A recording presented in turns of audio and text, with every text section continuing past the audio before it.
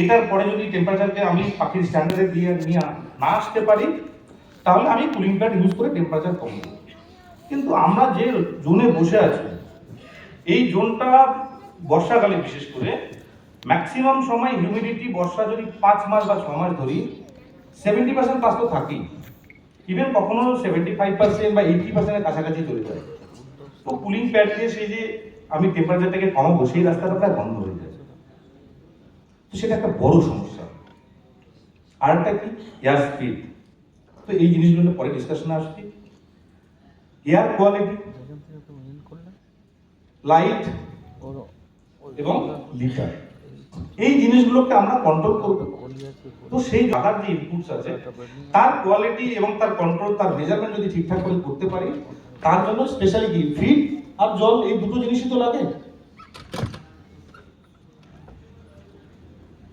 Temperature, তো temperature সবাই জানি, প্রথম দিন কত লাগবে, দ্বিতীয় দিন কত লাগবে, তৃতীয় দিন কত লাগবে। কিন্তু ছোট ছোট কয়েকটা ব্যাপার আছে। কিরকম, আমি শেডের মধ্যে কত ঘনে মানে কত পাখি দিয়েছি, কত পার স্কয়ার ফিটে কত পাখি দিয়েছি, তার উপরে কিন্তু নির্ভর করবে যে আমার পাখিকে কি টেম্পারেচার দিতে হবে। সব জন্য সমান নয়।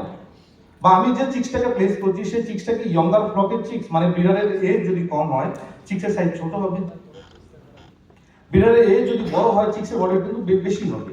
হতে পারে সেটা 35-36 গ্রাম থেকে শুরু হবে, ইভেন 45-46-47 গ্রাম পর্যন্ত হতে পারে। তো সেজন্য কিন্তু আমার কিন্তু টেম্পারেচার রিকোয়ারমেন্ট কিন্তু চেঞ্জ হয়। আমি কি সাইজের পাখি মার্কেটিং করবো, 2 কিলো 200, 2 কিলো 400, 2 কিলো 600, সেটার সঙ্গে কিন্তু এটা ভ্যারি হয় যে আমি কত স্কোয়ার ফিটে কত পাখি দেব। এর জন্য সব থেকে ভালো হচ্ছে এই ব্যাপারটাতে যে আমি যদি টার্গেট করি যে আমি 5 স্কোয়ার ফিটে কত মাংস তৈরি করব, এই ক্যালকুলেশনটা করা কিন্তু বেটার। কিন্তু ফিল্ড লেভেলে কিন্তু আমরা সবসময় ফার্মারের সঙ্গে যখন কথা বলি বা কোনো সুপারভাইজারের সঙ্গে বা ব্রাঞ্চ ম্যানেজারের সঙ্গে কথা বলি, সবাই বলে স্যার 5 স্কোয়ার ফিটে ওর যা সেট আছে স্যার 1 স্কোয়ার ফিটে একটা পাখি দিলে ঠিক আছে স্যার, 0.9 স্কোয়ার ফিটে ওর ফার্মে পাখি দেওয়া আছে। কিন্তু আমি কখনো উল্টো দিকটা ভাবছি না যে আমি পাখিটা বিক্রি কোন ওয়েটে করবো, 2 কিলো 200 না, 2 কিলো 400 না, 2 কিলো 600 না, 2 কিলো 800। আমি যদি একটা আসামে ফার্ম করি, ইসি ফার্ম, আসামে তো আমার মার্কেটিং মোটামুটি বডি টার্গেট থাকে 2 কিলো 600, 700, 800। আমি যদি বেঙ্গলে করি তো 2 কিলো 400, 2 কিলো 500 টার্গেট থাকে।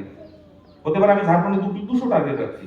তো সব জায়গায় কিন্তু একই রকম ইনফ্রাস্ট্রাকচারে একই রকম ভাবে স্কোয়ার ফিটে পাখি দেওয়া যাবে না। বেটার কিন্তু উল্টো ক্যালকুলেশন করা যে পার স্কোয়ার ফিটে বা পার স্কোয়ার মিটারে আমি কত মাংস তৈরি করার টার্গেট নিচ্ছি। একটা ভ্যানও চালু রাখি, তাহলে যে পরিমাণে হিট করছি সেই হিটটা তো উইদিন 30 সেকেন্ড, 40 সেকেন্ড, 50 সেকেন্ড বেরিয়ে যাবে। তো হিট কষ্ট হিউজ হয়ে যাবে। খুব রেয়ার ফার্মে আমি বেঙ্গলে বা পাশাপাশি দেখেছি যেখানে কিন্তু এয়ার ইনলেট লাগানো আছে, যেটা দিয়ে কিন্তু আমি টেম্পারেচার ঘরে যে বার্ডসের টেম্পারেচার, যে বডি হিট যেটা কিন্তু বার্ডস জেনারেট করছে ঘরে, যেটা কিন্তু ঘরের রুফের কাছাকাছি জমে থাকছে, সেই হিটটাকে আমরা ইউজ করছি না। ঠিক আছে, কেন আমরা হয়তো আমাদের এই রিজনের ইসি ফার্ম তৈরি হয়েছে লাস্ট 2 বছর, 3 বছর, 4 বছর, আমরা সেই জায়গায় পৌঁছাইনি। কিন্তু আমাদের সেই জিনিসটা কিন্তু মাথায় রাখতে হবে। তার সঙ্গে কি মাথায় রাখতে হবে, রিলেটিভ হিউমিডিটি।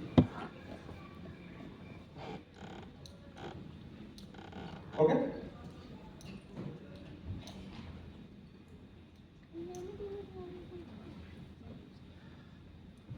টেম্পারেচার কন্ট্রোলে আমাদের ইনফ্রাস্ট্রাকচারটা সব থেকে বেশি ইম্পর্টেন্ট। আমি কৃষি ফার্মে যে সেটগুলো করছি তার মধ্যে, কেন ফার্ম এখানে ম্যাক্সিমাম যে ফার্মগুলো আছে সেই ফার্মের রুফ কি আছে, আমি সিলিং করেছি, সাইডে ওয়াল আছে, সাইডে কার্টেন লাগিয়েছি, যদি কার্টেন লাগিয়ে কিন্তু কি কোয়ালিটি কার্টেন লাগিয়েছি, একটা টার্পুলিন শীট লাগিয়ে রেখে রেখেছি স্যার, একদম ইসি ফার্ম দারুণ আছে, ফার্মার এক্সপেকটেশন আমি ইসি ফার্ম বানিয়ে নিয়েছি, সব ঠিক আছে, কিন্তু বাইরের হিট ভেতরের হিটটা কিন্তু চেঞ্জ করে দিচ্ছে।